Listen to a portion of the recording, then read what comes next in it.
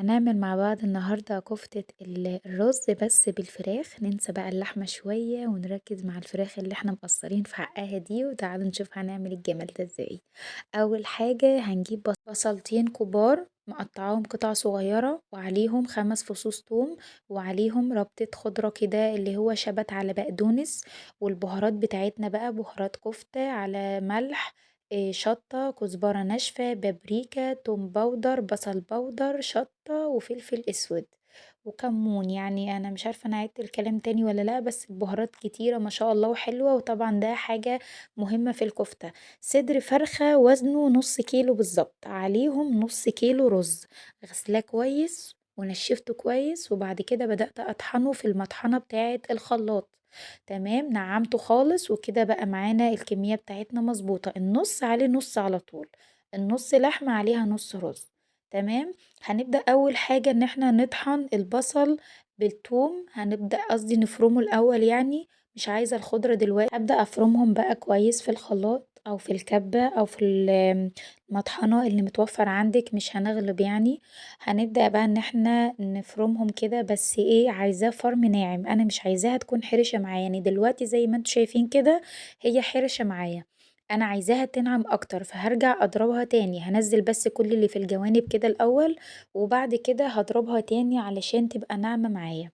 وبعد اما اضربها وخلاص بقت ناعمة معايا، هبدأ ان انا احطها في بولة غويطة، وبعد كده ابدأ اجيب الكبة بقى الكبيرة اللي هبدأ افرم فيها اللحمة بتاعتنا والخضرة.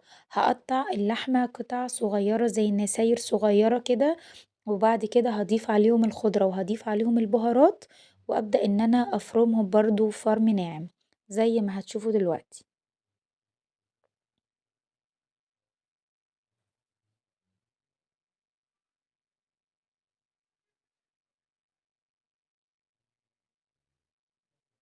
هنا خلاص انا قطعت اللحمة، هبدأ ان انا اضيف عليها بقى كل الخضرة اللي عندي، ولو عندك خضرة اكتر حطيها طبعا. اللون الاخضر اللي بيبقى في الكفتة الشكل النهائي ده بيديها شكل حلو قوي، هو ده اللون المعتاد يعني. عايزة تقللي الخضرة برضو كل حاجة اختياري بالنسبة لك. هي دي الكفتة اللي انا بهارات الكفتة اللي انا حطيتها. هبدأ ان انا اضربها كويس في الخلاط، انا بوريكم دلوقتي ضربتها في الكبة كويس، وبعد كده هفضل اضرب بقى فيها لحد ما ايه تنعم معايا خالص، وبعد كده هرجع اضيفها على البصل تاني زي ما انتوا شايفين دلوقتي هي بقت ناعمة معانا وكويسة جدا. هبدأ بقى اضيفها على البصل، واضيف عليهم باقي المكونات بتاعتنا اللي هو الرز. انا هضيف الرز كله، مش هنقص منه اي حاجة خالص، زي ما قلنا المقادير تكون ايه مظبوطة، النص لحمة عليهم نص رز. تمام.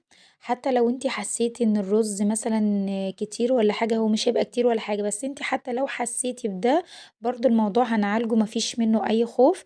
هنبدأ ان احنا بقى نحط المكونات كلها على بعض، ونبدأ بقى نرجعهم تاني للكبة، ونعيد عليهم ضرب كويس جدا لحد ما تبقى معانا بقى كفتة. يعني الشكل النهائي بقى بتاعها اللي كلنا عارفينه، يعني هنطحنها، هنفرمها قصدي جامد. وطبعًا كل شوية هنبدأ إن إحنا بالسباتولا كده أو بالمعلقة نبدأ إن إحنا نشيل كل اللي في الجوانب، ننزّله لتحت عشان تنضرب كويس، نبدأ بقى نفرم كويس جدًا لحد أما تبقى بالشكل الجميل ده، وكده خلاص هي بقت تمام معانا. هنبدأ بقى إن إحنا نفضّيها كلها في البولة بتاعتنا، ونبدأ نحط عليها المكون الأساسي اللي هو أصلًا هيخلّيها متماسكة معانا، هي على فكرة كده هايلة جدًا. حتى لو أنتِ مش هتحطّي عليها المكون الأساسي اللي هو النشا أو الدقيق، ما فيش أي مشكلة، هتسيبيها ترتاح شوية في التلاجة، وبعد كده تبدئي تصبّعيها وبألف هنا وشفا.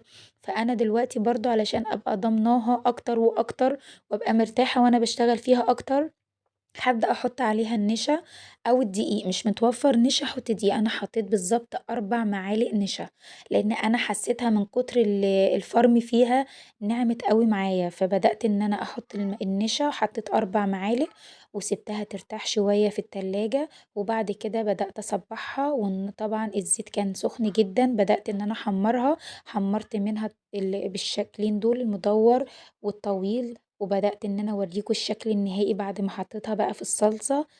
خلاص كان الشكل النهائي ليها وطبعا كلنا عارفين ازاي بقى هنعمل الباقي ان احنا هنحطها في الصلصة بتاعتها وتسيبها بقى تغلي لحد ما تبدأ تستوي تماما وبألف هنا وشفا وأتمنى الفيديو لو عجبك وشير لي الفيديو لو عجبك والاشتراك الجميل في قناتي ولو أول مرة تتابعيني أنا اسمي ضحى الصادق من مطبخ دودو وبألف هنا وشفا.